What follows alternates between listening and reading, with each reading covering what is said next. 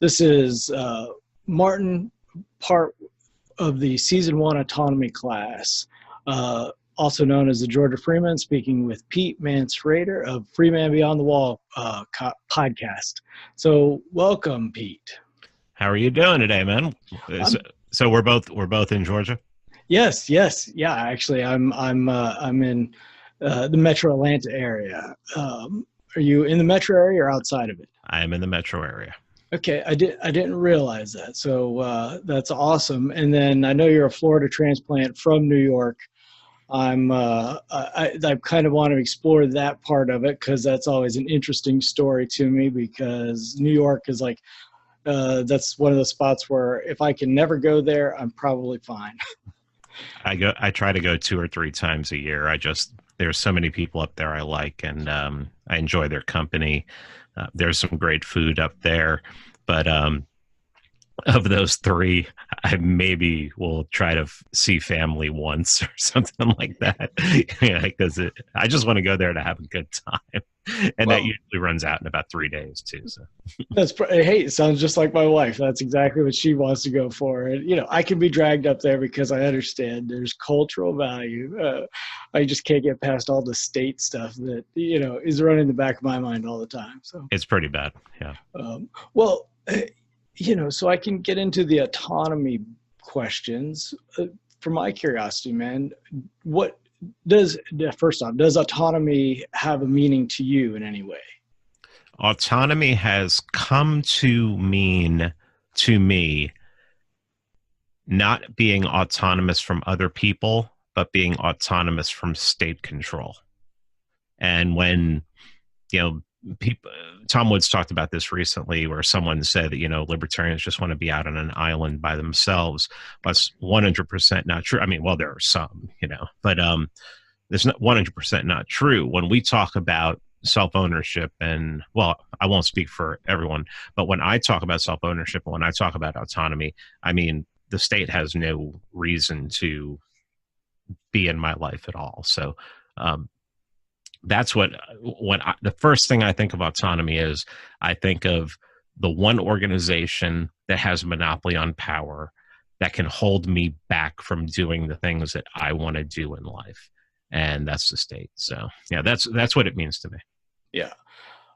And so, my next question, like, because I'm trying to figure this out, and, everything you just said really resonates with me. And I think I'll have a couple more questions that gets into that autonomous versus, controlled life. But how are you working to live autonomously at this point?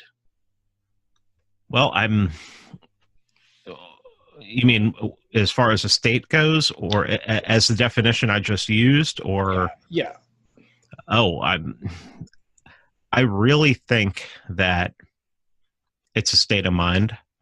It's having the idea. I think one of the first things I did was I realized that if I'm going to, the most immediate state forces that I can have interaction with are the police. So my idea is I never want to call the police. I never want to have to rely on the police for anything. So I bought weaponry, the same weaponry they use mostly, got trained on how to use it, and basically took my own policing into my own hands. If somebody broke into my house, I'm not going to call the police until I'm absolutely sure that the threat is neutralized, however that may be, making them run, God forbid, having to put someone down. But I also have set up my house so that it would be very hard for somebody to get in, because it's, Dale Brown from Detroit Threat Management talks about, preemptive stuff. You don't want to get into a situation, so do everything you can to not. So most immediately, autonomy from the government would be, I don't want those people that I could have a chance to deal with on a pretty regular basis. I want to be able to live my life. I mean, I don't speed. I drive the speed limit. Don't weave in and out. I mind my own business. I follow their rules as best I can, and I don't want to deal with them. So, that's most immediate. Yes. Yeah, and that's the that's the great challenge of life, I think, because I feel like that's the expanding state is the police force. So I will, I'm more interested in hearing from you, so I won't, meander into that, but I apologize. You hit like the nerve center to me with your, at least a lot of your recent podcasts as you talk about police. So, I just hear you on that. Now on your website, you also say you've led to, via your path, led to a voluntarist or voluntary style mentality. Same thing. What does that mean to you in regard to life or the way that you operate? I'm a voluntarist. That means I believe that all interaction should be voluntary. And unfortunately, when you say that, immediately people want to bring up the negatives that could be used for that. Oh, you don't want to deal with people who don't look like you, or you don't want to deal with people who have your own skin color. I live in the Atlanta metro area. I mean, we literally have everything here, and I don't. Yeah, I like it. I grew up in New York City. I like. Yeah. My problem with New York City is not the people; it's the government there. And the people do allow the government there, but I mean, just like here. I'm not one of these people who can't be friends with some, who's going to unfriend somebody because we have political differences. As long as they're cool with me and I'm cool with them, I don't see them as the enemy. But voluntarism to me is just being able to choose who you interact with, and that goes back to the police. They are not somebody that you can choose to say, no, I don't want to interact with you. You do that and you bring threat to your life. So immediately, and that's why I'm always harping on the police. What I've said so far, they are the most immediate threat to you, and you cannot divorce yourself from them if they decide that they want to interact with you. Yeah. Or, I mean, and let's not say if they decide they want to interact with you, if they decide that they are going to forcefully interact with you, because that makes it sound like, you have a choice. You could walk away, but no, you don't. So, yeah. Yeah. And that's, well, I want to talk about your exploration of the problem of the current state of policing here in just a second anyways, because I feel like you're bringing in a very cogent and strong argument for self-policing. And, prior to that, let me just ask, it's similar to autonomy, but autonomy is a little different. How do you approach the voluntary lifestyle?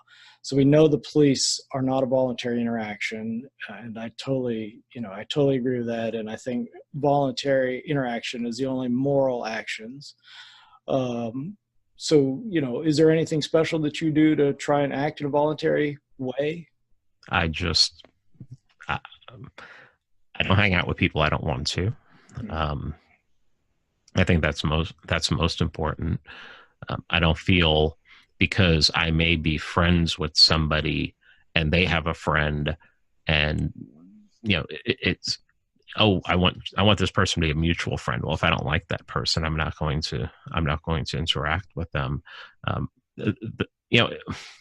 Being a voluntarist in the real world is one of the hardest things that you can do, because you are forced to interact with people. If you work in a job if you choose to work in a job that's customer service, you're going to be dealing with people you probably would not want to deal with. So you have to learn how to deal with them. But I mean, the way really that I think that any of us can really practice voluntarism is on the internet, is on social media. I mean, all of these platforms have set it up so that you do not have to interact with somebody if you don't want to. There are block functions, there are mute functions, and I really wish that those were in real life, because we should have those functions in real life. And so I do practice that on social media. And a lot of people would say, oh, well, you just don't want, that person's making an argument. You don't want it. It's like, if somebody's making an argument I don't agree with, I don't necessarily feel like I have to correct them. No. Why is it up to me to correct them?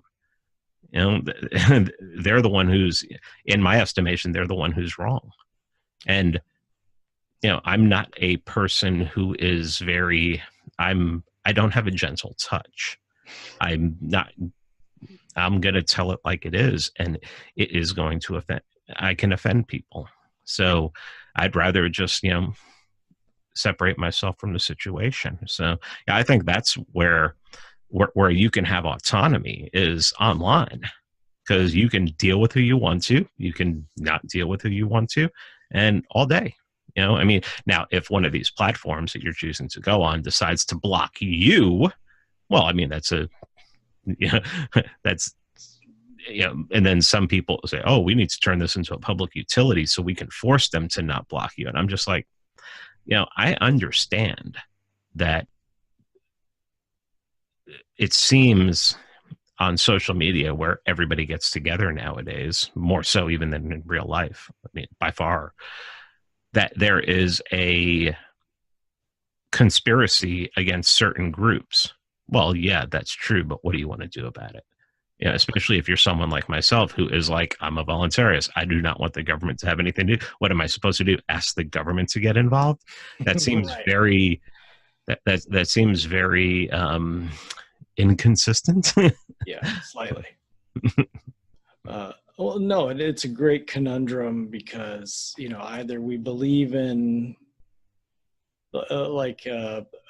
you know, there's so many arguments to that one that you brought up. It's a great point because while it is a platform, it is privately owned, and yes, there's subsidies, but to me, I'm with you. I don't want state being more involved than they already are. And it does bring up interesting things where there are, in reality, platforms opening up so that people can interact in a voluntary fashion all the time. And the market does work. It's just everyone thinks it's got to be the biggest thing, in my opinion. So. Yeah, I mean, well, I can interact with politicians, and I can interact with journalists on Twitter, because, you know, and those same people aren't on this platform over here. So what?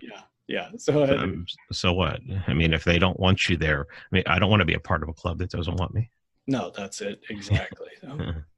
Well, I've been curious. So you kind of explained it, but you know, what is your relationship with cops? And by that, I mean, do you have a history beyond just being a voluntarist and noticing a problem? Like, were you a cop, or, you know, something along those lines? No, I no, never was a cop, no matter what Carr and Bird might want to say.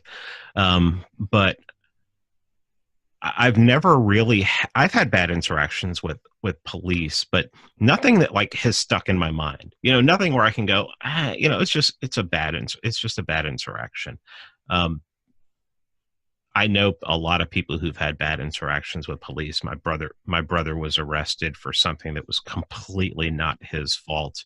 A police officer told him to help him in a crowd, when a police officer was trying to do crowd control, and he told my brother to help him. My brother's like, no, I'm not going to help you. And yeah, my brother actually got arrested for Attempted cop. yeah, I can't remember what the charge was. It was so many years ago. Yeah.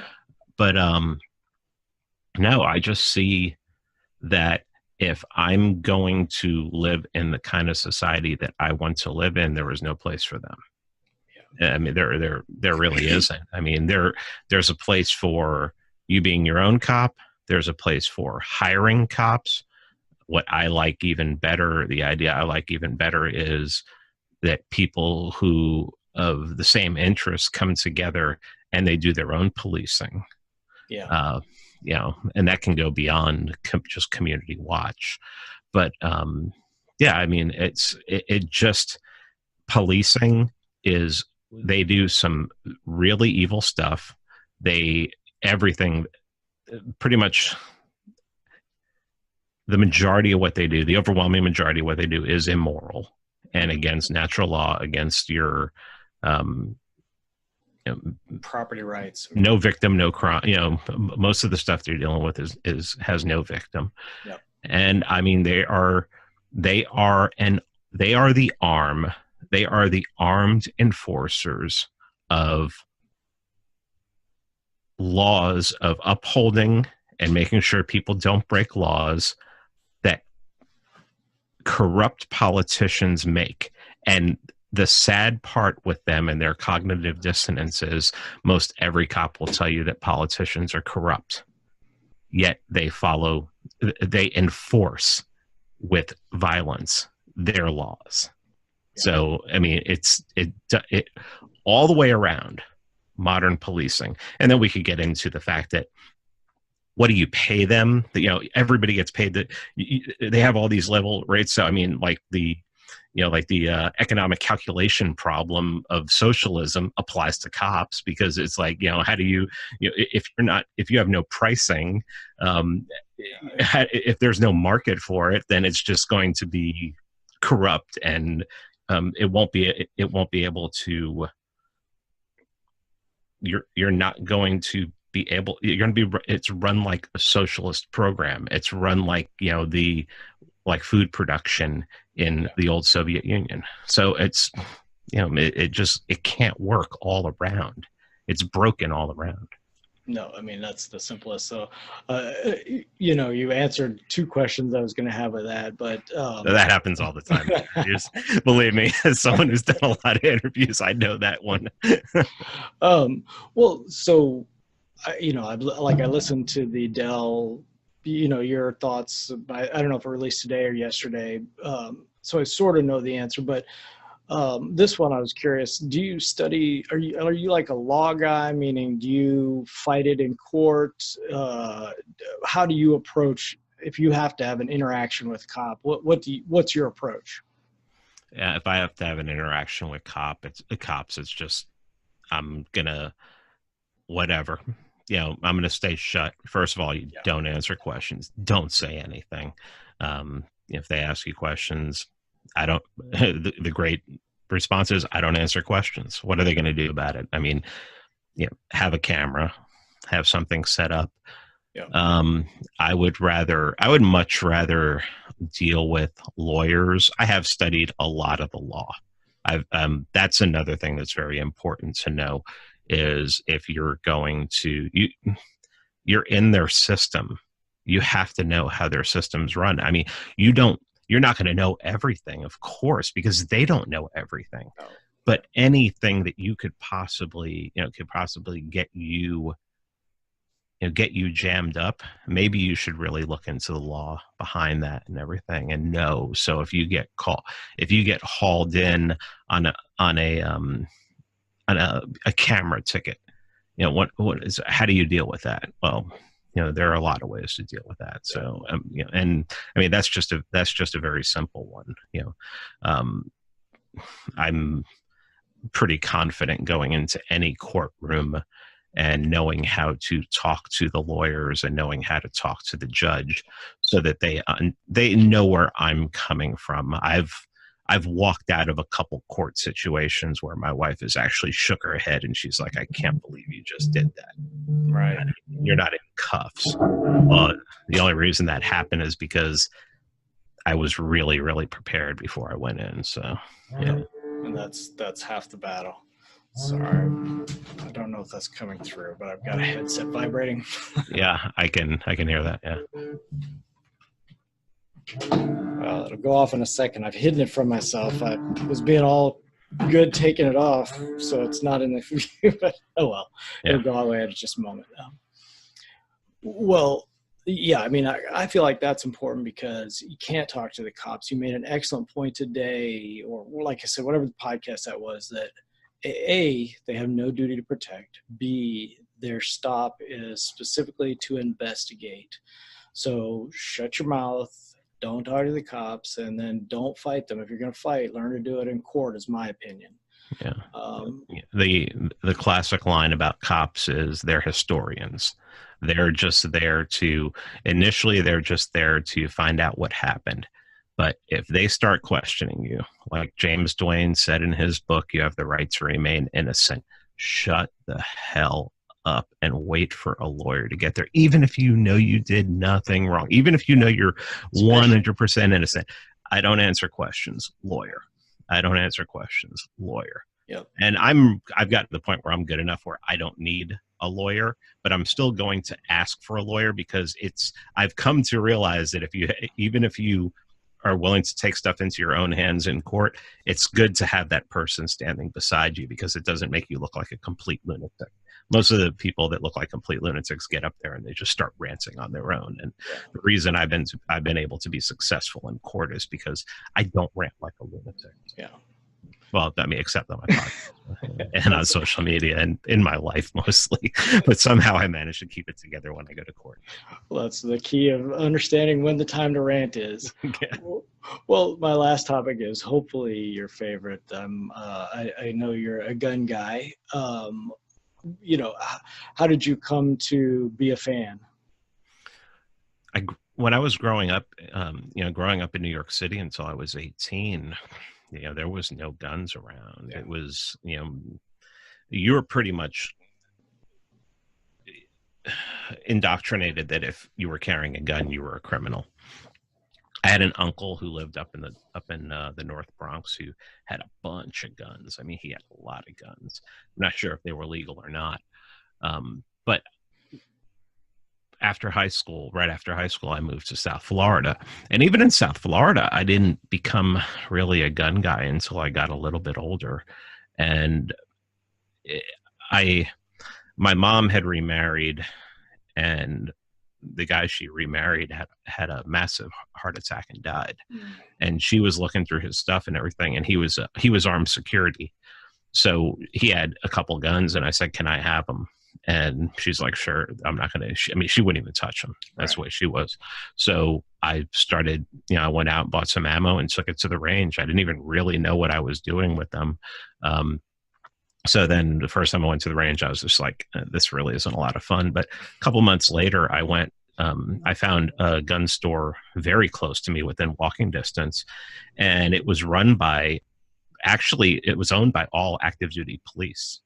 And they taught me, it's funny,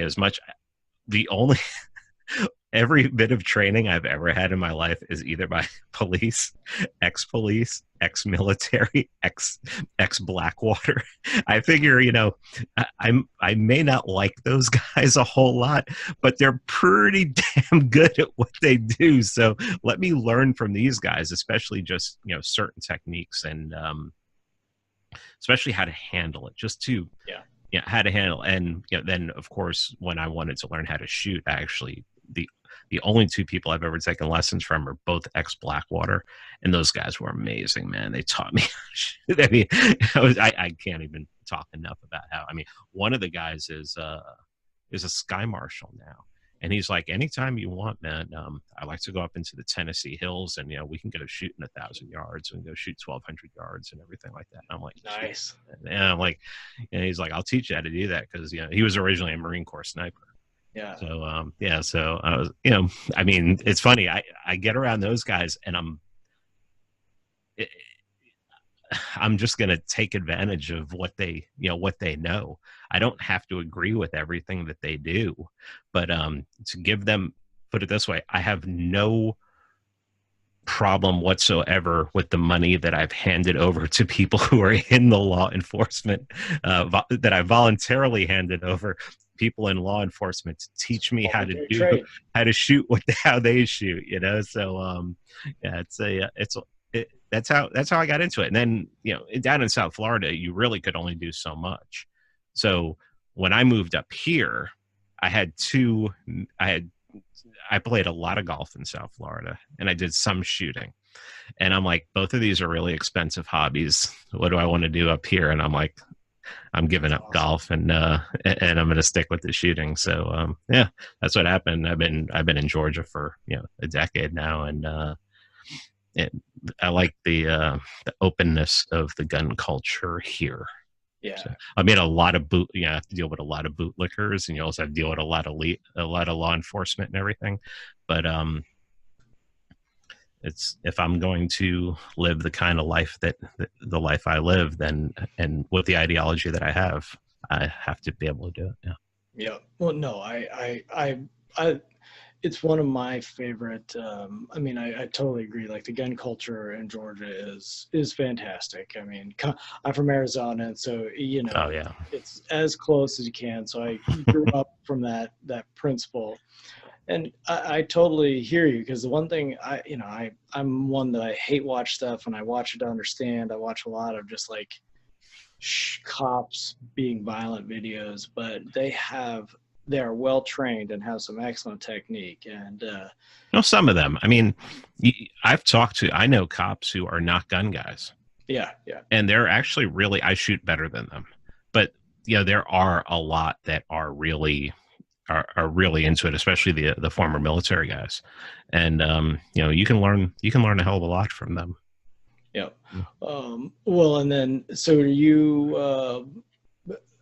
what's your favorite weapon right this second?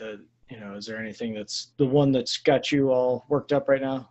Oh, it's a bastardized AR that one of the listeners of my podcast actually built for me.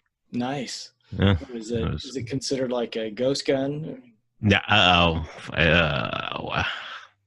A ghost gun would be like, I mean, I would say that's like built from 80% lower. No, this is just from a regular lower. It has serial numbers, but he he's a gunsmith, and he also teaches it, and he built it. He built me I didn't have a 16-inch barrel. I have all short barrels, and this one is really tight. The trigger has no travel whatsoever on it, and it's just it's everything I could have dreamed for in a 16-inch 16-inch AR. I'll have to hit you up for a connection just for a good gunsmith, because just as a side, I've got a site I cannot get out. So I've been looking for a decent one. And my gun store, they lost their gunsmith. And so, oh, wow. It's a great thing. I might see if I'll get you some work for him. Well, I like my recent one. So I'm in a hunting club that we go down South Georgia and, shoot. Mm-hmm.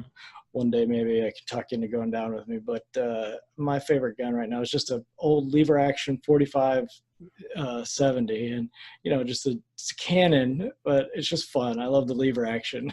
Yeah, it's so classic, so old west, And then I actually have one of the I built out a couple of the 80%, and the other thing I do have is the actual Ghost Gunner, and so I milled a couple of. Oh, wow! I maybe sometime in a voluntary trade we could trade a couple milled pieces.